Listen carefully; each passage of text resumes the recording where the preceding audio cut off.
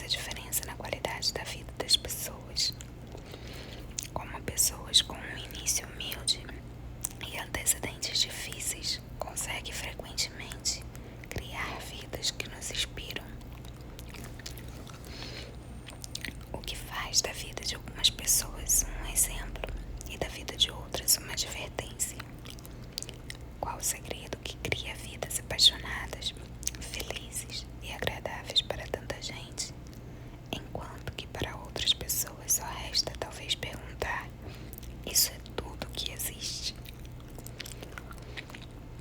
Anthony Robbins escreveu esse livro por uma razão, para ser uma espécie de toque de despertar que desafie aqueles que estão comprometidos com a vida e em crescer e usar o poder que lhes foi dado por Deus. Há ideias e estratégias nesse livro que o ajudarão a produzir mudanças específicas, mensuráveis e duradouras em si próprio e nos outros. Assim que você verdadeiramente se empenhar para que aconteça alguma coisa, o como vai aflorar por si mesmo.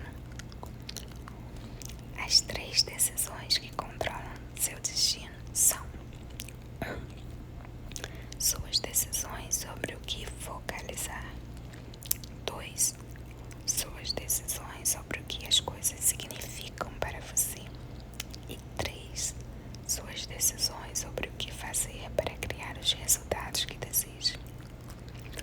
Não é o que está acontecendo agora ou o que lhe aconteceu no passado que determina quem você se torna. Ao contrário, são suas decisões sobre o que vai focalizar, o que as coisas significam para você e o que vai fazer a respeito que determinarão o seu supremo destino. Mudando qualquer um desses 5 elementos, quer seja uma convicção básica, uma regra, um valor, uma referência, uma pergunta ou um estado emocional, você poderá produzir imediatamente uma mudança poderosa e concreta em sua vida. Você deve saber que a qualquer momento, uma decisão pode mudar o curso da sua vida para sempre.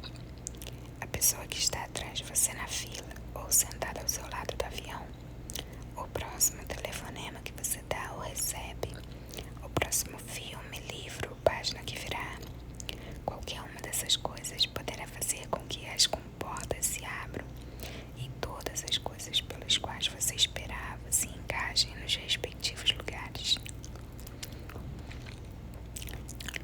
Entre aspas, se você se aflige com qualquer coisa externa, o sofrimento não é causado pela coisa em si, mas por sua própria avaliação a respeito. E isso você tem o poder de revogar a qualquer momento. A qualquer momento em que nos encontramos num estado emocional intenso, quando sentimos fortes sensações de dor ou prazer, qualquer coisa específica que ocorra de modo sistemático passará a ter um vínculo neurológico.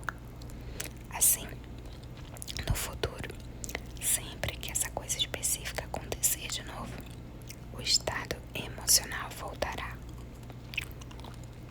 Provavelmente você já ouviu falar de Ivan Pavlov, um cientista russo que, ao final do século XIX, realizou experiência de reflexo condicionado. Sua experiência mais famosa foi aquela em que tocava uma campainha ao oferecer comida a um cachorro, assim estimulando-o a salivar e ligando as sensações do animal ao som da campainha. Depois de repetir o condicionamento muitas vezes, Pavlov descobriu que o simples toque da campainha fazia o cachorro salivar, mesmo que não lhe oferecesse comida. Porque as pessoas insistem em relacionamentos insatisfatórios, relutando em trabalhar à procura de soluções ou encerrá-los e seguir em frente. É porque sabem que a mudança levará ao desconhecido, e a maioria das pessoas acredita que o desconhecido será muito mais doloroso do que tudo que já experimentamos. É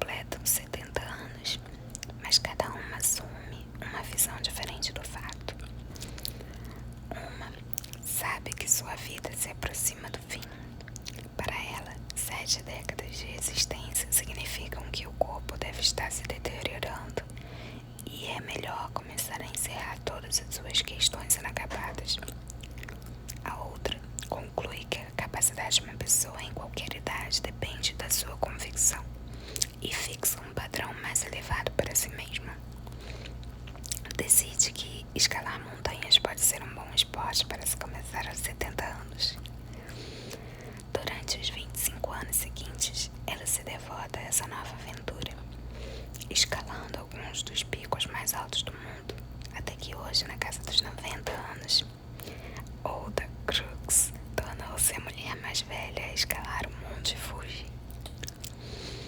Como se pode constatar, nunca é o ambiente, nunca são os eventos de nossas vidas, mas sim o significado que atribuímos aos eventos, como nós os interpretamos, o que molda quem somos hoje e o que nos tornaremos amanhã. São as convicções que fazem a diferença entre uma vida inteira de alegre contribuição e uma existência de sofrimento e desolação. Compreenda, acredite e confie que se mudar o significado de qualquer evento em sua mente, mudará imediatamente como se sente e o que faz, e assim mudará suas ações e transformará seu destino. Lembre-se, nada na vida tem qualquer significado a não ser aquele que você mesmo concede. Se quer que seu namorado, namorada, cônjuge ou outra pessoa significativa o procure com mais frequência, acha que seria eficaz pressionar para esse contato? Quando a pessoa finalmente liga, você atende com declarações como: finalmente você se lembrou de que o telefone existe. O que você está fazendo, no fundo, é condicionar a pessoa a não ligar para você. Está causando dor pela própria coisa que tanto deseja. O que acontecerá em consequência? A dor ficará vinculada ao telefonar para você e a pessoa passará a evitar isso. Lembre-se que deve vincular prazer a qualquer comportamento que deseja que alguém repita. No instante que você ou qualquer outra pessoa que queira reforçar fizer algo certo, crie uma recompensa imediata. Reforce sistematicamente com o tipo de recompensa que você ou outra pessoa mais deseja. Dê a si mesmo a recompensa emocional de tocar sua música preferida, sorrir ou se ver alcançando seus objetivos. O condicionamento é fundamental. É assim que produzimos resultados consistentes. Mais uma vez, lembre-se de que qualquer padrão de comportamento emocional que for reforçado ou recompensado numa base sistemática se tornará condicionado e automático. Qualquer padrão que deixamos de reforçar acabará por se dissipar. Em outras palavras, seu comportamento não é o resultado da sua capacidade, mas do estado em que se encontra no momento. Para mudar sua capacidade, mude seu estado. Para aproveitar os incontáveis recursos que existem dentro de você, ingresse num estado de aproveitamento e expectativa ativa e observe os milagres ocorrerem. Mas como podemos mudar nossos estados emocionais? Pense em seus estados como a operação de um aparelho de televisão. Para ter cores firmes com um som incrível, é preciso ligar o aparelho. Ligar sua fisiologia é como dar ao aparelho a eletricidade que precisa para operar. Se você não tem o essencial, não terá imagem nem som, apenas uma tela vazia. Da mesma forma, se você não se ligar, usar todo o seu corpo, em suma sua fisiologia, pode se descobrir incapaz de soletrar sonho. Se você se encontra no estado errado, não vai obter qualquer recepção, mesmo que tenha as ideias certas. Há dois meios primeiros, portanto, de mudar seu estado emocional: pela mudança da maneira como usa seu corpo físico ou pela mudança do foco. Uma das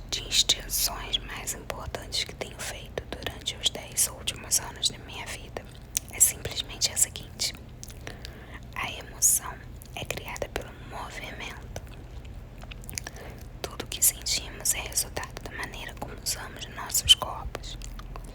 Até mesmo mudanças mínimas nas expressões faciais ou gestos mudarão a maneira como nos sentimos em qualquer momento determinado e, por conseguinte, a maneira como avaliamos nossas vidas, a maneira como pensamos e a maneira como agimos. A partir do momento em que aprende a usar o corpo quando se encontra em determinados estados emocionais, você pode retornar a esses estados ou evitá-los pela simples mudança da sua fisiologia. Desperte seu corpo, aprenda a pô-lo em estados agradáveis, não importa o que possa ter acontecido. É importante para nós lembrar que a maneira como representamos as coisas na mente vai determinar como sentimos. Quanto ao foco, se você marcou uma reunião de negócios e alguém não chega na hora, a maneira como você se sente baseia-se rigorosamente no que focaliza. Representa em sua mente que a pessoa não apareceu na hora marcada porque não se importa, ou interpreta o fato como algum problema grave e inesperado que surgiu. Qualquer que seja, o foco vai com certeza afetar suas emoções. A maneira mais poderosa de controlar o foco é através do uso de perguntas, pois a qualquer coisa que você perguntar, seu cérebro oferecerá uma resposta, e qualquer coisa que procurar, haverá de encontrar. As perguntas constituem um instrumento tão poderoso para mudar sua vida, que reservei o capítulo seguinte para falar exclusivamente a respeito. São um dos meios mais poderosos e simples para mudar a maneira como você se sente em relação a praticamente qualquer coisa, e assim mudar o rumo de sua vida de um momento para o outro. As perguntas proporcionam a chave para abrir nosso potencial ilimitado. Nossa capacidade de mudar a maneira como sentimos depende da capacidade de mudar as submodalidades. Devemos aprender a assumir o controle dos vários elementos com que representamos as experiências e mudá-los de uma maneira que apoie os resultados desejados. Por exemplo, você já se descobriu a dizer que precisa ficar à distância de um problema? Se isso já aconteceu, eu gostaria que tentasse uma coisa. Pense numa situação que o esteja desafiando no momento. Faça uma imagem em sua mente. Depois, pense que está empurrando essa imagem para mais e mais longe. Pare por cima, contemple o problema lá embaixo, com uma nova perspectiva. O que acontece com a sua intensidade emocional? Para a maioria das pessoas, diminui. E se a imagem se torna mais indistinta e menor? Agora, pegue a imagem do problema e torne-a maior, mais nítida e mais próxima. Para a maioria das pessoas, isso a intensifica. Empurre a imagem para trás, observe o sol a derretê-la. Uma mudança simples em qualquer um desses elementos é como mudar os ingredientes numa receita. Vão com certeza alterar o que você experimenta no corpo. Lembre-se, a maneira como você se sente em relação às coisas é instantaneamente alterada por uma alteração nas submodalidades. Por exemplo, pense em algo que aconteceu ontem.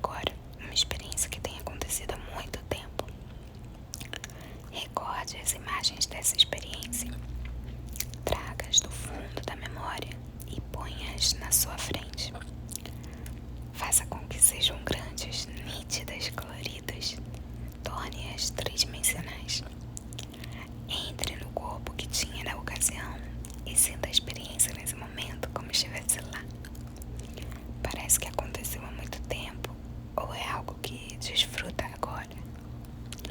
Como pode perceber, até sua experiência de passado pode ser mudada pela mudança das submodalidades. Mude seus estados e mude a sua vida. Você pode agora mudar seu estado de muitas maneiras e todas são bem simples. Mude seus estados e mude a sua vida. Você pode agora mudar seu estado de muitas maneiras e todas são bem simples. Pode mudar sua fisiologia imediatamente, apenas mudando a respiração. Pode mudar o foco ao determinar o que focalizar, ou a ordem das coisas que focaliza, ou como focaliza. Pode mudar suas submodalidades. O segredo na vida é ter tantos meios de orientá-la que se torna uma arte. O problema da maioria das pessoas é dispor apenas de uns poucos meios de mudar seu estado. Comem demais, bebem demais, dormem demais, fumam, consomem drogas. Nada disso nos fortalece e tudo pode ter consequências desastrosas e trágicas. A viagem para a queda fatal começa quando você não controla estados, porque se não controla seus estados, não é capaz de controlar seu comportamento. Você tem que compreender que é assumir o controle consciente da orientação da sua própria mente. Tente fazê-lo de forma deliberada, caso contrário, ficará à mercê de qualquer coisa que acontecer ao seu redor. A primeira habilidade que deve dominar é a capacidade de mudar seu estado instantaneamente. Mais uma vez, todas as suas emoções não passam de tempestades bioquímicas em seu cérebro e você pode controlá-las a qualquer momento que quiser. Pode sentir o êxtase agora, ou pode sentir dor ou depressão. Tudo depende de você. Não precisa de drogas ou qualquer outra coisa externa para conseguir isso. Se o seu foco é que precisa ser alterado, há um instrumento incrível que pode mudá-lo num instante. Você deve saber que as perguntas são a resposta. Portanto, se queremos mudar a qualidade de nossas vidas, devemos mudar nossas perguntas habituais. Essas perguntas dirigem nosso foco e assim como pensamos e como sentimos. Constatei que a principal diferença entre as pessoas que pareciam ser bem-sucedidas em qualquer área e as que não alcançavam sucesso era o fato de que as pessoas bem-sucedidas faziam melhores perguntas e assim obtinham melhores respostas. Perguntas de qualidade criam uma vida de qualidade. Você precisa gravar essa ideia no cérebro, porque é tão importante quanto qualquer outra coisa que aprenderá nesse livro. Se você quer ter acesso aos arquivos de informações valiosas no computador, deve compreender como recuperar esses dados usando os comandos apropriados. Da mesma forma, o que lhe permite obter qualquer coisa que quiser do seu banco de dados pessoal é o poder de comando de fazer perguntas. As pessoas poderiam mudar como se sentem de um momento para o outro. Pode apostar que sim, basta mudar seu foco mental. E qual é o meio mais rápido de mudar o foco? Basta fazer uma pergunta. É mais do que provável que tais pessoas se sintam deprimidas apenas porque se fazem perguntas enfraquecedoras numa base regular. Perguntas como: de que adianta? Por que se quer tentar, já que as coisas parecem que nunca dão certo? Porque logo eu, meu Deus. Lembre-se, peça e receberá. Se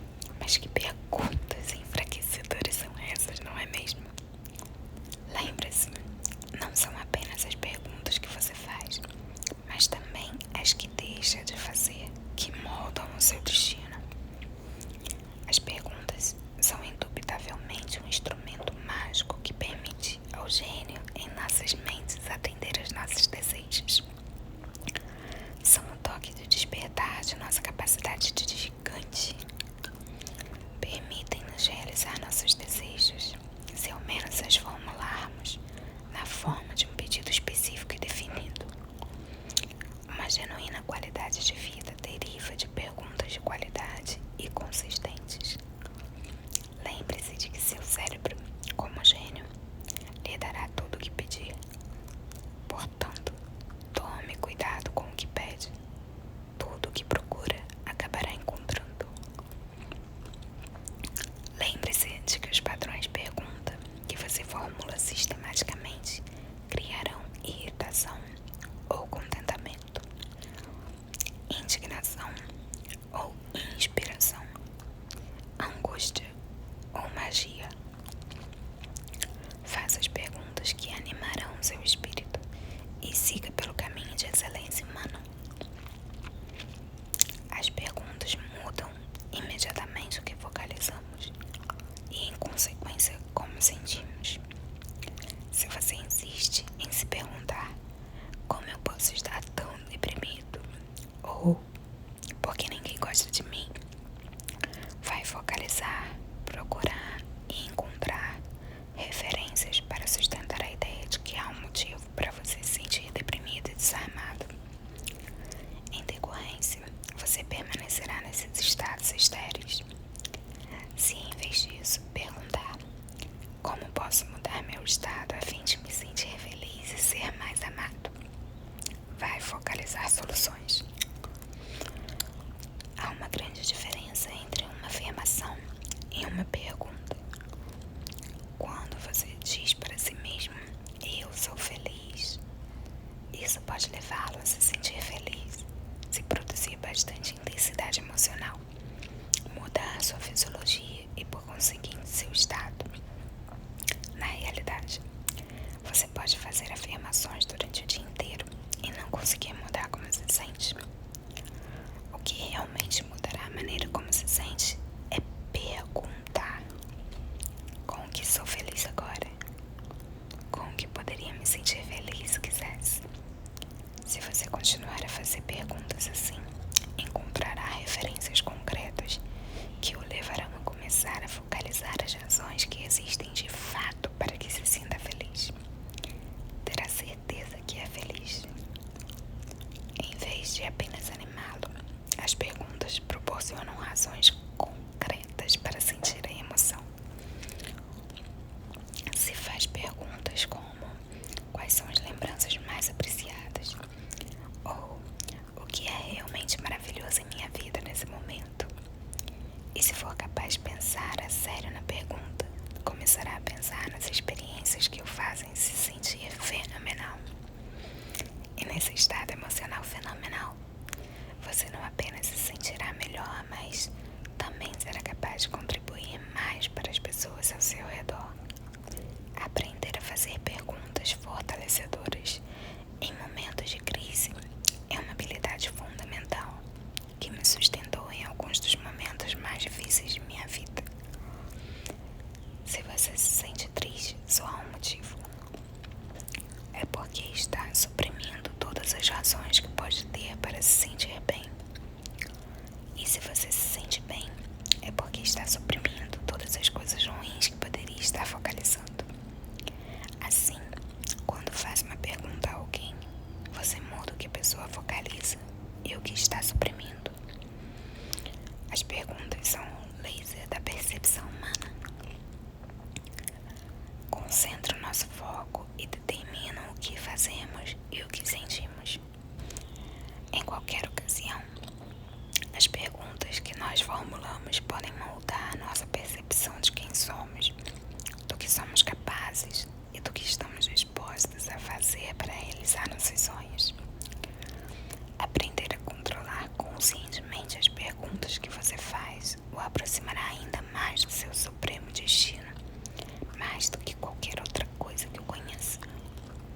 Muitas vezes, nossos recursos são limitados apenas pelas perguntas que nós fazemos. Tudo o que precisamos fazer é criar uma pergunta melhor, e assim teremos uma resposta melhor. Uma metáfora que uso às vezes é a de que a vida não passa de um jogo em que todas as respostas existem. Você só precisa encontrar as perguntas certas para vencer. A questão não é se você vai ter problemas, mas sim como vai enfrentá-los quando surgirem. Devemos ser muito cuidadosos na aceitação dos rótulos dos outros, que assim que atribuímos um rótulo a uma coisa, criamos uma emoção correspondente. Em nenhuma outra área isso é tão verdade quanto nas doenças. Tudo que já estudei no campo da psiconeuroimunologia reforça a ideia de que as palavras que usamos produzem poderosos efeitos bioquímicos. Numa entrevista com Norman Cousins, ele me falou sobre o trabalho que realizara nos últimos 12 anos com mais de 2.000 pacientes. Muitas vezes, ele constatou que no momento em que o paciente era diagnosticado, ou seja, tinha um rótulo atribuído aos seus sintomas, seu estado se agravava. Rótulos como câncer, esclerose múltipla e doença cardíaca tendiam a produzir pânico nos pacientes, levando-os ao desamparo e depressão, que acarretavam uma deterioração da eficácia do sistema imunológico do corpo. Como já sabemos, tudo que fazemos baseia-se no estado em que nos encontramos, e nosso estado é determinado pela fisiologia e a maneira como representamos as coisas na mente. Muitas vezes, quando as coisas se tornam desoladoras, as pessoas pensam: isso vai durar para sempre. Em vez disso, eu digo: a vida tem suas estações e estou no inverno agora. O melhor de tudo, se você adotar essa metáfora, o que sempre se segue ao inverno, a primavera, o sol aparece. Você não se sente mais congelado e de repente pode plantar novas sementes. Torna-se um detetive das metáforas. Sempre que ouvir alguém usar uma metáfora que acarreta limitações, trate de interferir, rompa seu padrão e ofereça uma nova. Muitas disciplinas terapêuticas começam com a pressuposição equivocada de que as emoções são nossas inimigas. A verdade é que podemos passar do choro ao riso num instante, se o padrão do nosso foco mental e fisiologia for interrompido com força suficiente. As emoções que você outrora considerava negativas são apenas um chamado à ação. Na verdade, em vez de chamá-las de emoções negativas, daqui por diante, nesse capítulo, diremos que são sinais de ação.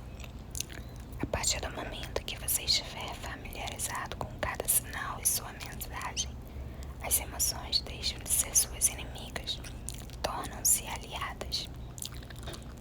Mas qual é a fonte das emoções? Você é a fonte de todas as suas emoções. É você quem as cria. Muitas pessoas acham que devem esperar por determinadas experiências a fim de sentirem as emoções que desejam. Por exemplo, não se concedem permissão para se sentirem animadas, amadas, confiantes ou felizes, a menos que seja atendido conjunto específico de expectativas.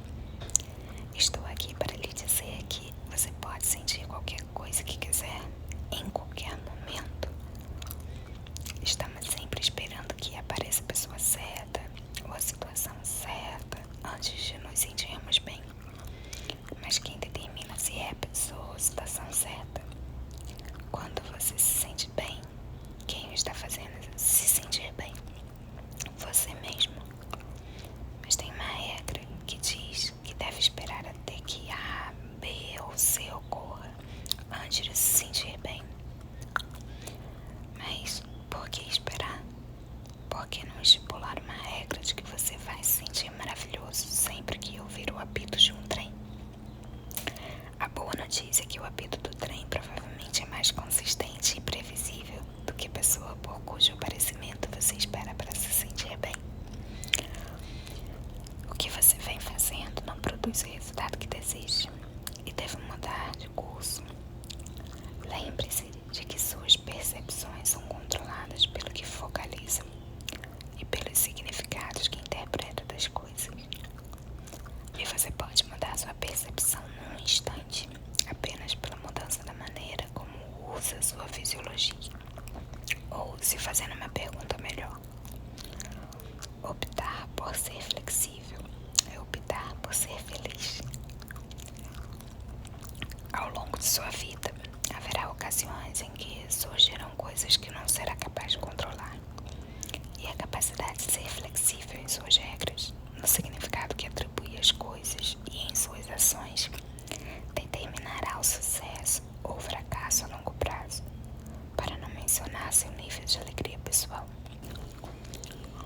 Não é apenas alcançar um objetivo que importa, mas também a qualidade de vida que você experimenta ao longo do caminho. Às vezes, precisamos confiar que nossos desapontamentos podem ser, na verdade, oportunidades disfarçadas.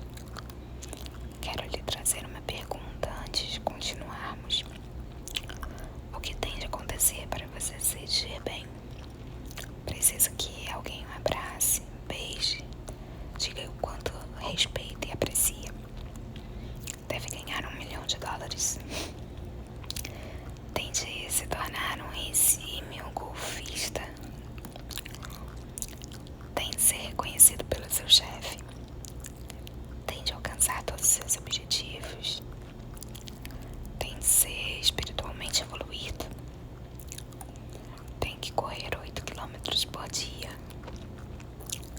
A verdade é que nada tem de acontecer para que você se sinta bem. Não precisa de um eclipse para se sentir bem. Pode se sentir bem nesse momento, sem precisar de absolutamente nenhuma razão. Pense a respeito. Se você ganha $1 milhão, o dinheiro não lhe proporciona nenhum prazer.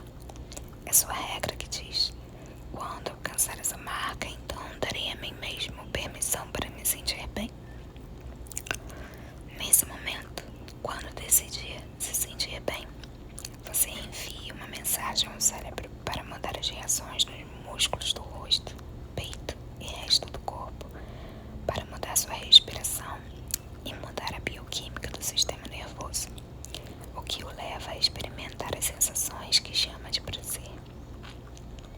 Pode decidir que a felicidade tem prioridade, mas se sua regra para a felicidade é de que tudo deve acontecer como planejou, garanto que não vai experimentar esse valor numa base sistemática. A vida é um evento variável e por isso nossas regras devem ser organizadas de maneira a permitir a adaptação, crescimento e satisfação. As regras são um gatilho para qualquer dor ou prazer que você sente no sistema nervoso em qualquer momento. É como se tivéssemos um sistema judiciário em miniatura dentro do cérebro. Nossas regras pessoais são o supremo juiz e júri. Determinam se um certo valor é atendido ou não, se vamos nos sentir bem ou mal, se traremos a nós mesmos dor ou prazer. No dia em que descobri as regras, comecei a compreender a fonte de dor e prazer em nossa experiência. Compreendi que as regras são um mecanismo que dispara a emoção humana e passei a avaliar como podia usar as regras de maneira mais eficaz. Como já mencionei antes, logo tornou-se evidente para mim que a maioria das pessoas está sintonizada para a dor. Suas regras fazem com que seja muito difícil se sentir bem e muito fácil se sentir mal. Cada pessoa ao seu redor tem regras e valores diferentes dos seus, e não são nem melhores nem piores. A questão fundamental não é se as regras são certas ou erradas, mas sim se o fortalecem ou enfraquecem.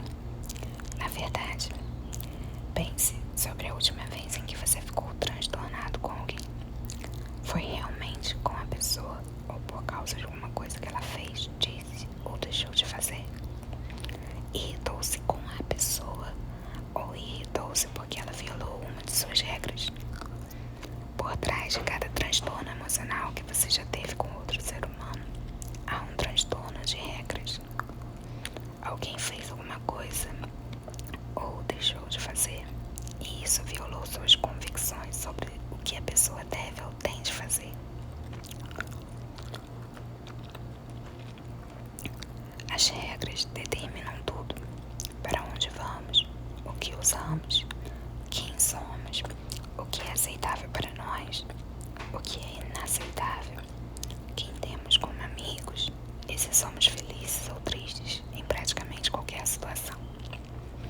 Portanto, se você se sente zangado ou transtornado com alguém, convença-se de que são suas próprias regras que o estão transtornando, não o comportamento de outra pessoa. Isso o ajudará a parar de culpá-la.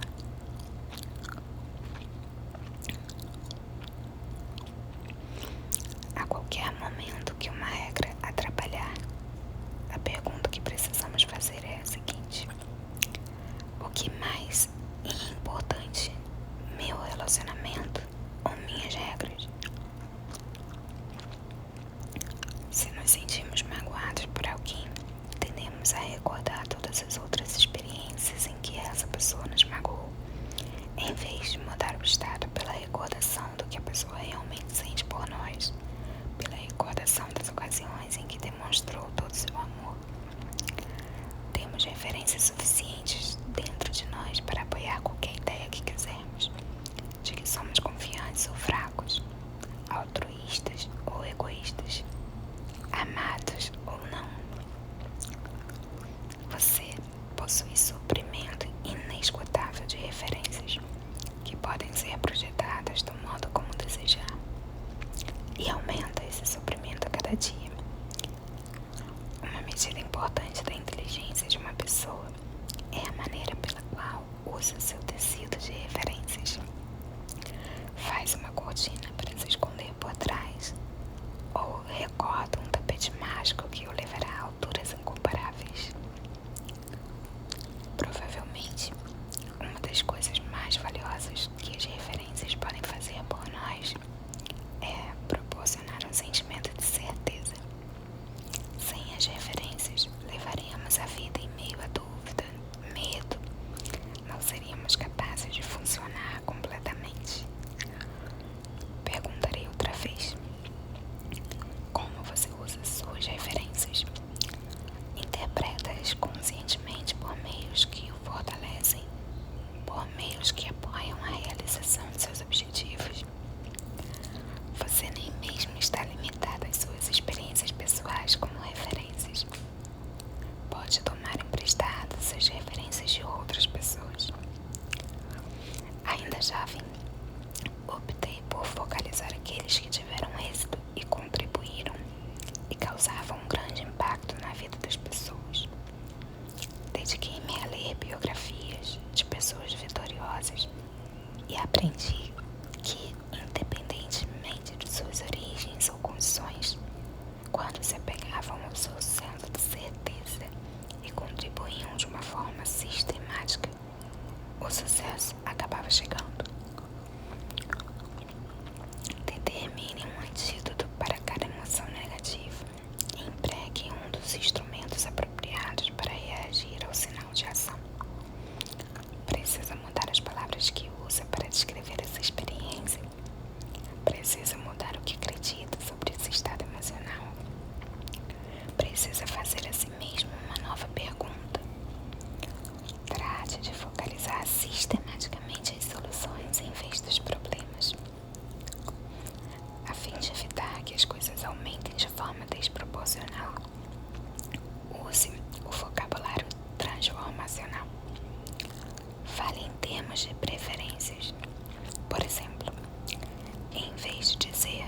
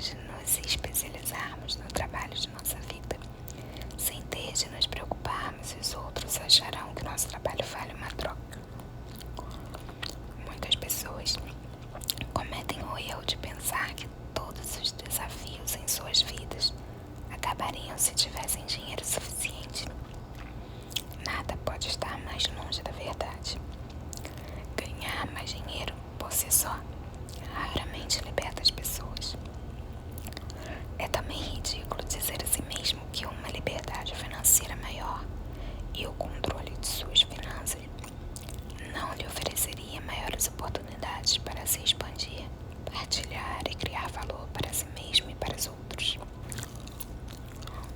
O motivo mais comum para a maioria das pessoas não alcançar o sucesso financeiro é ter associações mistas sobre o que seria preciso para ganhar mais dinheiro e também sobre o que significaria ter um excesso de dinheiro, ou seja, dinheiro além do que seria necessário para sustentar seu atual estilo de vida.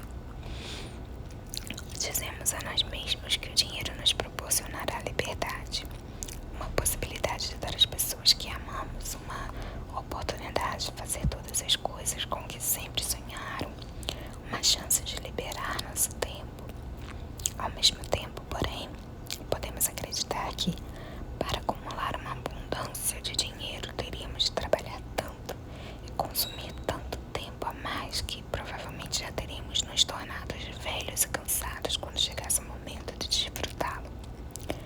Ou podemos acreditar que, se temos um excesso de dinheiro, não seremos espirituais, ou seremos julgados, ou alguém vai nos enganar para tirar tudo. Então, por que tentar? Essas associações negativas não se limitam a nós mesmos. Algumas se ressentem contra alguém que está obtendo sucesso financeiro e muitas vezes presumem que, se ganhou muito dinheiro, foi porque deve ter feito algo para se aproveitar dos outros. Se você descobre ressentido contra alguém que ganhou dinheiro, que mensagem isso transmite para seu cérebro? Provavelmente algo assim: ter dinheiro em excesso é ruim. Se você acalenta esses sentimentos por outros, está ensinando sua mente, de uma forma subconsciente, que ganhar dinheiro tornaria mal. Ao se ressentir ao sucesso dos outros, você se condiciona a evitar a própria abundância financeira que precisa e que deseja. Portanto, a primeira tarefa que eu lhe daria para assumir o controle do seu mundo financeiro seria utilizar a tecnologia do NAC para se condicionar ao sucesso financeiro. Pense em NAC como condicionamento neuroassociativo. Torna-se claramente associado a todas as coisas maravilhosas que poderia fazer por sua família e a paz de espírito que sentiria se tivesse uma verdadeira abundância econômica. A terceira grande convicção que impede as pessoas de obter sucesso financeiro, além de criar uma tremenda tensão, é o conceito de escassez. A maioria das pessoas acredita que vive num mundo em que tudo é limitado. Há apenas tanta terra disponível, tanto petróleo, tantas casas de qualidade, tantas oportunidades, tanto tempo e por aí vai. Com essa filosofia de vida, para você ganhar, alguém tem de perder. É um jogo de azar. O segundo fundamento é manter sua riqueza. Depois que você conta com uma estratégia eficaz para acumular riqueza, para ganhar muito dinheiro, como manter a riqueza? Ao contrário da opinião popular, não se pode manter a riqueza simplesmente por continuar a ganhar mais dinheiro. Todos já ouvimos falar de pessoas famosas que ganharam fortunas e as perderam da noite para o dia. Os atletas cujo talento lhes permitiu ganhar vultosas quantias, mas que criaram um estilo de vida que esgotaram os recursos no momento em que os rendimentos mudaram. Quando os rendimentos baixaram, eles tinham demandas tão grandes que acabaram perdendo tudo. Só há um meio para manter sua riqueza, e é muito simples. Gaste menos do que você ganha e invista a diferença. Pode não ser um princípio dos mais atraentes,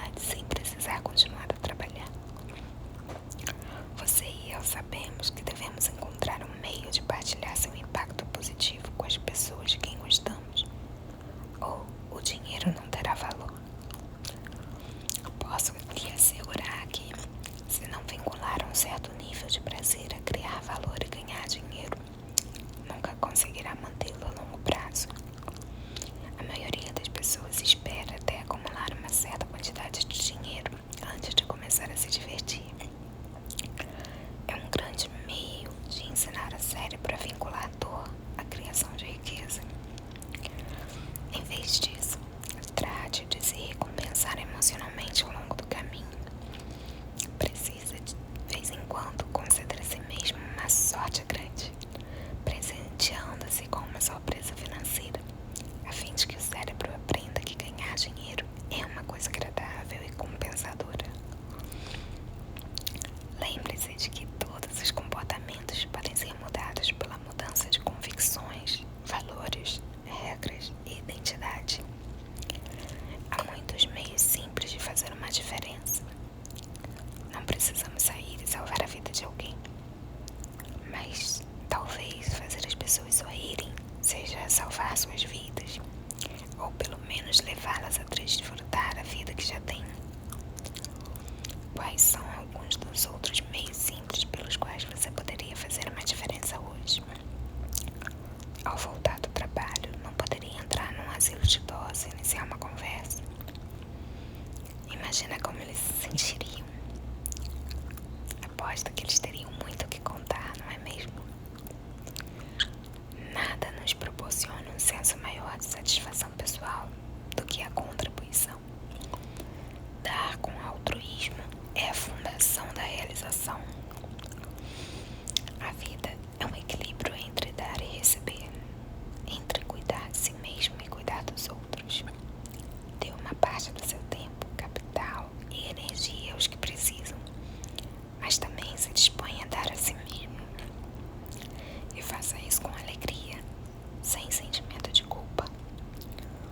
Você não precisa arcar com o peso do mundo em seus ombros sempre. Tudo bem? Algumas pessoas tentam conservar suas energias para poderem viver mais. Não sei o que você pensa, mas eu estou convencido de que o mais importante não é por quanto tempo vivemos, mas sim como vivemos. Creio que uma das maiores dádivas que o Criador nos deu é a da expectativa e suspense. Como a vida seria tediosa se soubéssemos de antemão tudo o que vai acontecer. A verdade é que nunca sabemos o que vai acontecer em seguida na vida. Nos próximos momentos, pode acontecer alguma coisa capaz de mudar todo o rumo e qualidade da sua vida num instante. E devemos aprender a amar a mudança, pois é a única coisa certa de que vai acontecer. Espero que tenham gostado desse áudio, um resumo do livro Desperte o Gigante Interior, de Anthony Robbins. O áudio, na verdade, ficou bem longo, mas o que ele traz são coisas muito importantes que acredito que seja bom nós rememorarmos sempre